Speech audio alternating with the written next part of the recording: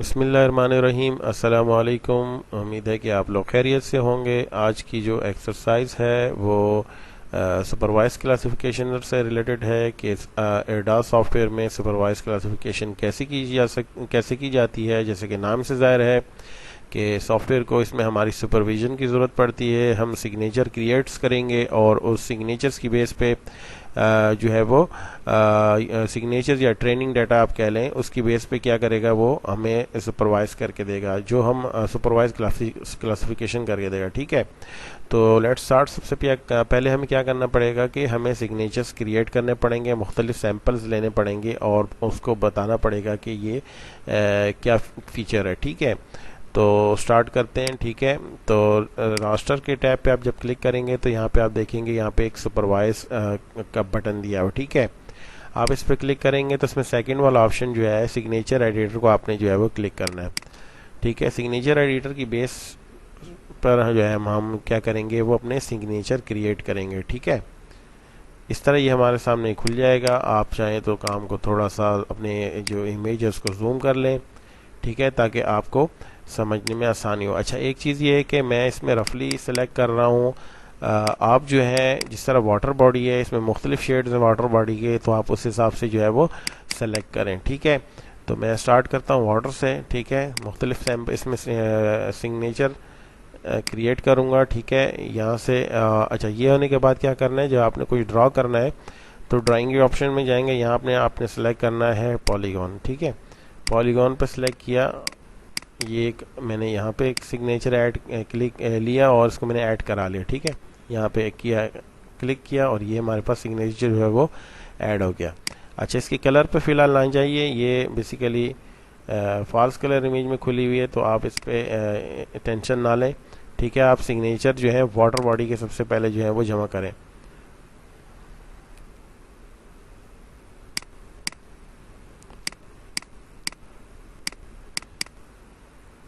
ठीक है, आपने कम से कम जो है 10 से 15 सैंपल एक एक उसके ले लें। जैसे वाटर बॉडी है, मैं इसके जो है 10 से 15 सैंपल ले लेता हूँ। ठीक है, ठीक है जनाब, मैंने क्या किया, वाटर बॉडी के 10 सैंपल्स ले लिए। ठीक है, अब क्या करना है आपने कि इसको हम क्या करेंगे, ये जो हमारे पास जितनी वैल्यूज़ हैं इस सब को मैं मर्ज कर लूँगा। ठीक है, मर्ज करके मैंने क्या, यहाँ मैं सेलेक्ट ऑल किया, एडिट पे गया और यहाँ मैंने मर्ज का ऑप्शन दिया, यहाँ पे है, इसको सेलेक्ट कर लिया, मर्ज किया। 11 नंबर क्लास जो है इस टोटल का मर्ज है। ठीक है, तो इस रेंज में जो भी पिक्सल्स होंगे ये उसको सेलेक्ट कर लेगा। मैं जो ऊपर वाली क्लास है इसको डिलीट कर देता हूँ और जो मर्ज वाली है उसको मैं दे देता हूँ वाटर बॉडी के नाम से।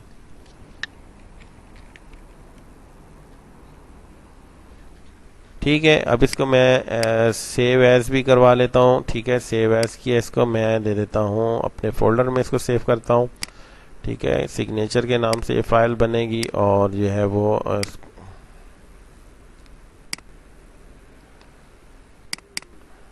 यहाँ पे मैं इसको सेव करवा लेता हूँ।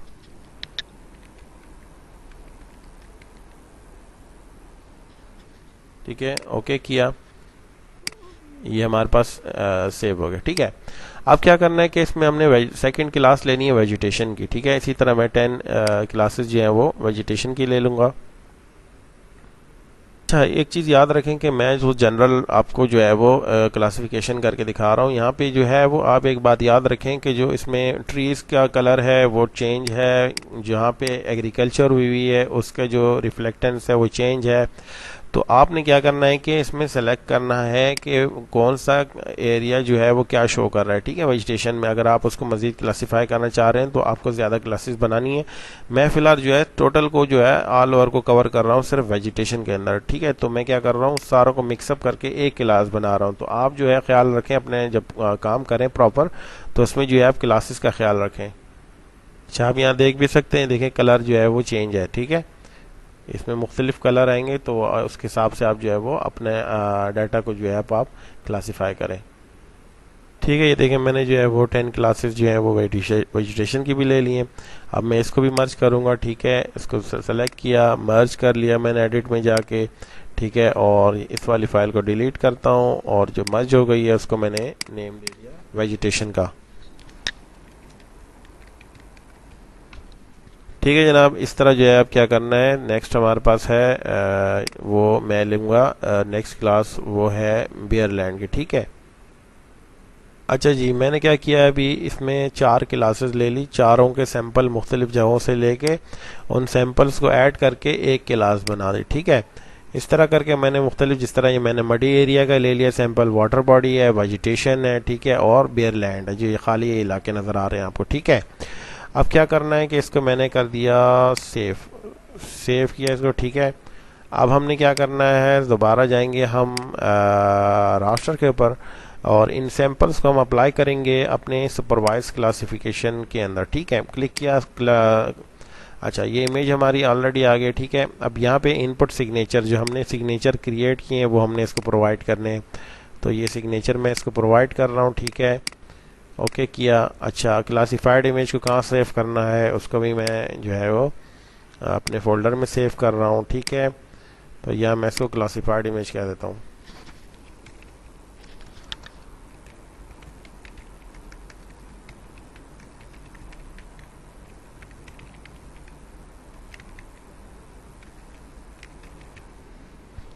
ठीक है, इसको मैं सेव किया। ठीक है, अब क्या है यहाँ पे मज़ीद जो है वो हम इसको कुछ नहीं करेंगे और रन कर देंगे अपने प्रोसेस को। ठीक है, क्लिक ओके किया मैंने इस पर और जो है वो सुपरवाइज क्लासिफिकेशन जो है वो रन हो गई है। देखते हैं क्या रिज़ल्ट आता है। ठीक है जनाब, हमारी जो सुपरवाइज क्लासिफिकेशन है वो कंप्लीट हो गई है। मैं जो है इस इमेज को एडास ArcGIS में ओपन करके देखता हूँ। ठीक है, जो है वो